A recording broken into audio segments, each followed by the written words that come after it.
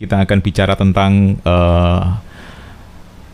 losses kabel kalkulator ya. Jadi ini adalah sebuah website yang akan memprediksi losses sebuah kabel sesuai dengan panjang kabel yang kita masukkan, frekuensi yang kita masukkan, kemudian juga SWR yang kita masukkan.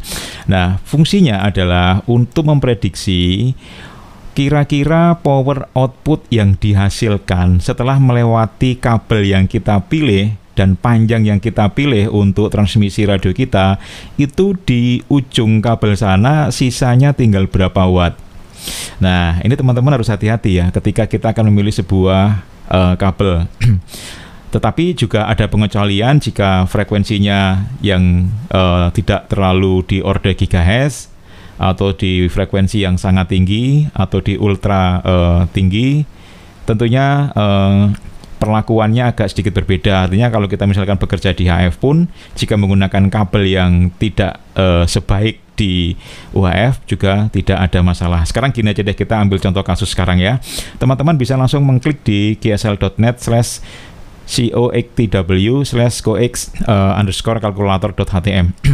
Nanti akan tampil seperti ini. Ini adalah contoh kabel-kabel yang bisa kita pakai untuk simulasi. Dan ini adalah kabel coax yang umumnya bisa kita dapatkan di pasaran kita di Indonesia, seperti RG8 yang Belden 9913, kemudian ada juga RG58 dan lain sebagainya, termasuk yang untuk kabel-kabel seperti Andro, LDF4, LDF5 dan lain sebagainya, termasuk yang LMR 240 ya atau LMR 400. Ini biasanya yang kita beredar kan CNT ya, CNT 400 atau CNT 300. Ini umum di pasaran Indonesia. Nah, ini adalah sebuah nilai pendekatan nanti yang bisa kita aplikasikan untuk memperkirakan. Contoh seperti ini.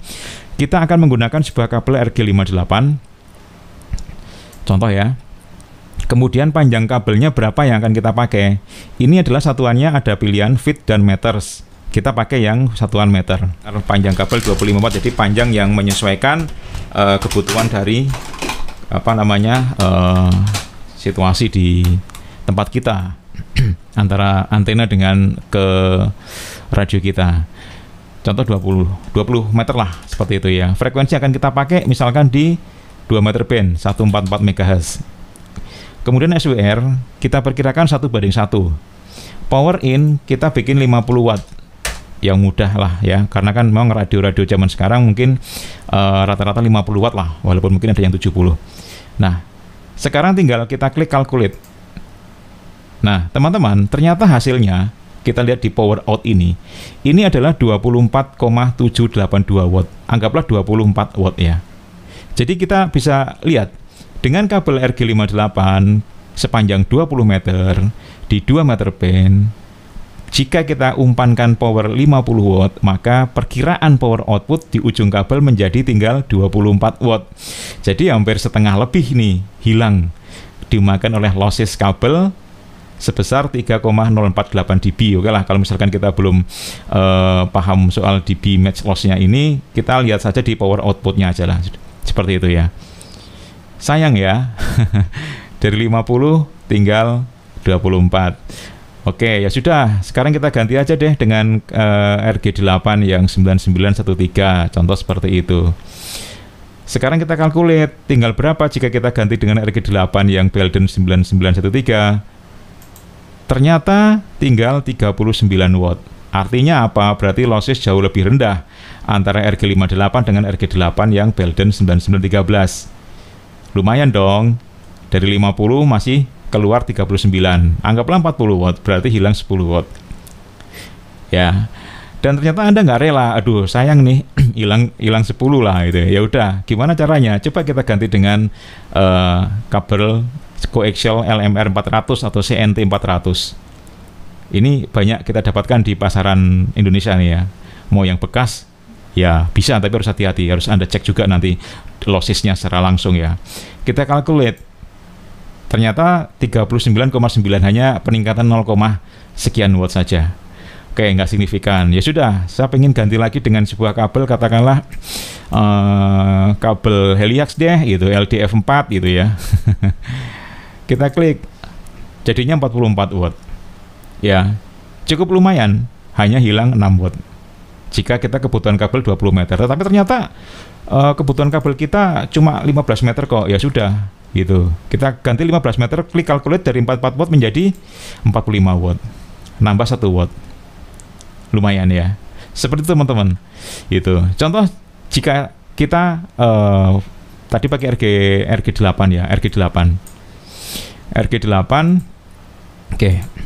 Di 2 meter dengan 50 menjadi 41 watt. Ya. Sekarang kita akan otak-atik nih, gimana jika SWR-nya ternyata 1,5 gitu ya. 1,5. Kita klik dari 41,9 watt tinggal 41,4 watt. Artinya dari 1 banding 1,0 dengan 1 banding 1,5 perubahan di power outputnya tidak terlalu signifikan. Seperti itu teman-teman. Ini untuk masalah losses loh ya. Losses kabel nih. Nanti berbeda lagi nih kalau kita bicara dengan SWR yang match, bener-bener match dengan yang mungkin 1,5 gitu. Ini kita bicara losses power yang dihasilkan oleh panjang kabel. Jika kita bermain di 7 MHz umpamanya, 7 MHz ya dengan panjang kabel katakanlah 20 meter. Kita bikin simulasi lagi. Dengan kabel RG58, saya punya RG58. Oke, kita klik SWR 1 banding 1 dan power in standarnya 100 lah katakanlah, banyak kan seperti itu kan. Oke, kita kalkulasi tinggal berapa? Tinggal 86,8 watt gitu di 40 meter band. Kalau kita pakai di 10 meter band berarti kan 28 MHz. 28 MHz. Tinggal berapa power dari 100? Tinggal 74. Artinya bahwa semakin tinggi frekuensi akan semakin lebih besar losses kabel yang kita pakai.